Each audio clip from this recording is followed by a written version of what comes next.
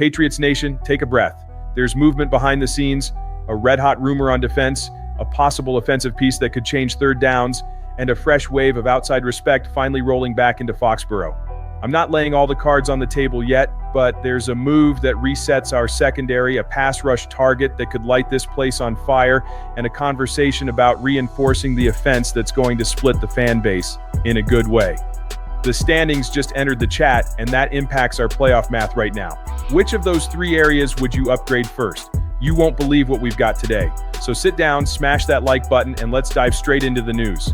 Breathe, Patriots Nation, because the first domino fell, and it changes how we see the back end of this defense. 24 hours after moving on from Kyle Duggar, the front office made an assertive decision. Add a young Swiss Army knife to the deep third. The name rings a bell from the pre-draft process. John Saunders Jr., a college standout who played both corner and safety, leaves the Dolphins practice squad and heads to Foxborough. Why does this matter so much? Because this isn't a patch. It's a bet on traits and trajectory, range, ball skills, and versatility that play in December and January when margins shrink and one takeaway flips a game. Saunders was a true ball hawk in college, piling up interceptions and forcing fumbles at Miami, Ohio, and Ole Miss. In his last college season, he posted 3 picks, 4 forced fumbles, and 47 tackles. In the preseason, he flashed that nose for the ball with another interception. Miami gave him unusually strong guarantees for an undrafted rookie, then opened the door. If they cracked it, New England barreled through it with conviction and a plan. And here's the part that shifts the calculus. The Patriots have known this kid for months, bringing him in on a pre-draft visit, which means this isn't a scramble. It's a targeted ad with scouting receipts behind it. On the depth chart, it fits like a glove. Right now, the starters are Jalen Hawkins and rookie Craig Woodson, with Del Pettis and Brendan Schooler contributing, and veteran Richie Grant on the practice squad. After the Duggar trade, the defense needed range, disguise, and above all, a takeaway hunter to swing momentum in tight games. Saunders brings multiple alignments. In the slot against quick game concepts, deep in zone, or as a robber jumping in breakers and reading quarterback eyes.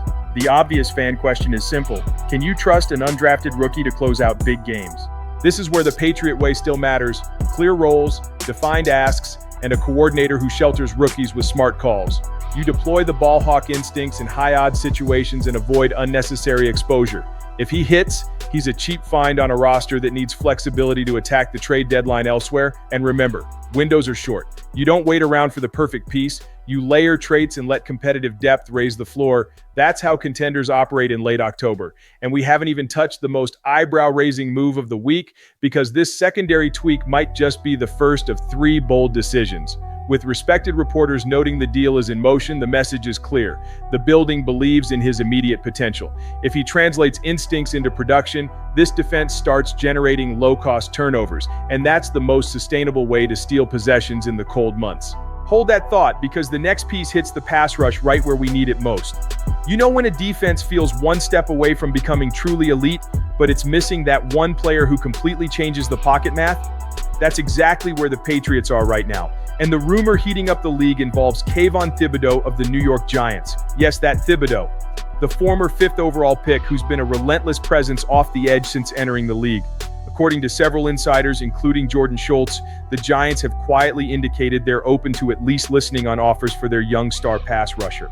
If that door is even slightly open, New England has to knock. Because let's be real, the defense shows flashes, but it needs that pure disruptor who forces offensive coordinators to change their entire plan. Someone who demands double teams, frees up Harold Landry III and Kayvon Chaisson, and makes quarterbacks dread third down. That's exactly what Thibodeau does. He's a chaos engine. Even in a messy Giants season, he's posted 21 tackles, 5 tackles for loss, 9 quarterback hits, and 2.5 sacks through week 8. Picture that production under Mike Vrabel's scheme.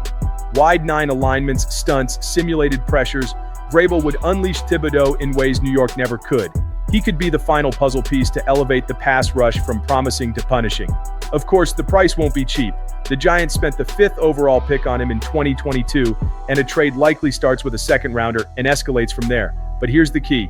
Thibodeau is just 24 years old. You're not buying a rental, you're investing in a cornerstone for the next 5 years. Financially, the Patriots have the flexibility to absorb him and extend early, smoothing the cap hit. Schematically, it's plug and play, and strategically, it's the kind of power move that announces we're done rebuilding. We're here to contend. That's why this rumor feels different. It's not just another deadline whisper, it's a potential identity shift. So, as New England weighs its options, remember, trades like this separate aggressive front offices from passive ones. If Vrabel and Elliott Wolf want to set the tone for the next era of Patriots football, Kayvon Thibodeau might be the swing that redefines the defense and the season. Tactically, the fit reduces our blitz dependence, preserves the integrity of our match zone coverages, and frees the safeties to hunt the intermediate windows where so many backbreaking turnovers live. Ultimately, this is a bet on identity, a defense that dictates tempo and hands the offense short fields. And if you think that's aggressive, wait for the offensive twist, because there's a familiar target who could instantly change red zone sequencing and third down success. Now we're talking Patriots Nation, because the rumor gaining traction involves a fan favorite whose name alone sends a jolt through Foxborough. After years away, the win might be pushing Jacoby Myers back home. Yes, the same wideout who was a heartbeat of the 2021 attack when New England won 10 games and clawed back the AFC's respect. And now with Drake May heating up, a reunion might make even more sense. The whispers say the Raiders are willing to listen. This isn't a fire sale, it's the kind of opening smart teams attack. Multiple reports suggest the asking price lands on a day 2 pick, likely a third rounder. Pricey? Maybe. But consider the value. A player who already understands the DNA of New England's spacing and timing, who wins on short to intermediate routes, and who murders defenses on third down. He's fluent in the principles that define that old system, and the Patriots need exactly that profile right now. A reliable chain mover who flattens the learning curve for a young quarterback in big moments. And this isn't nostalgia, it's strategy. Myers is coming off a season north of 1,000 yards on 87 catches, and this year's pace still projects in the 900-plus range. He reads leverage, knifes through zones, blocks in the run game, and rarely loses a 50-50 at the sticks. He's the kind of player who walks into the huddle and looks like he never left. Be honest, red zone execution remains a weak spot. His presence could unlock route combos, broaden the call sheet, and calm down the most chaotic downs on the field. As the Raiders navigate uncertainty, New England spots opportunity. With a clean cap approach and a rookie quarterback playing like a veteran, why not invest in familiarity that already worked? A third rounder for offensive stability might be the difference between a team that merely shows up in January and one that actually swings in January. If this advances, get ready. Foxborough will shake for the return of one of the most respected receivers of the post-Brady era. And that sets the stage for the most important context of all, the one changing how the entire league talks about the Patriots right now. Patriots Nation, step back and take in the scene. 6-2. There's a moment when a team stops being promising and starts becoming a problem for contenders. That's exactly where New England sits.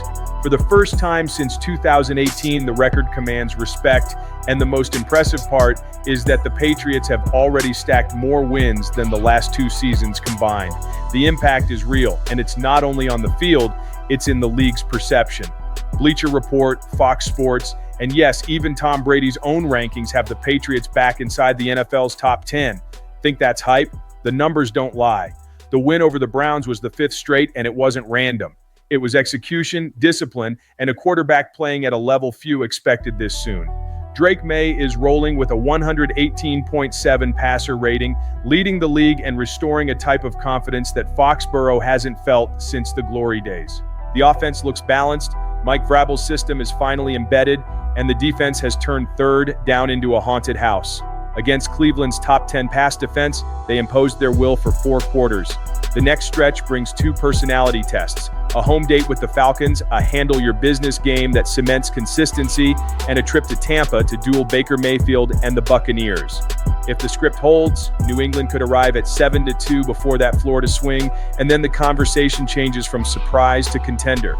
That's the line of demarcation in this league. Middling teams beat the beatable, real teams win on the road under pressure. That's the measuring stick for just how far this group can go. The most symbolic detail, even with roster turnover, the culture is intact. The energy at Gillette feels like the old days. The Patriot way, declared dead by some, is very much alive.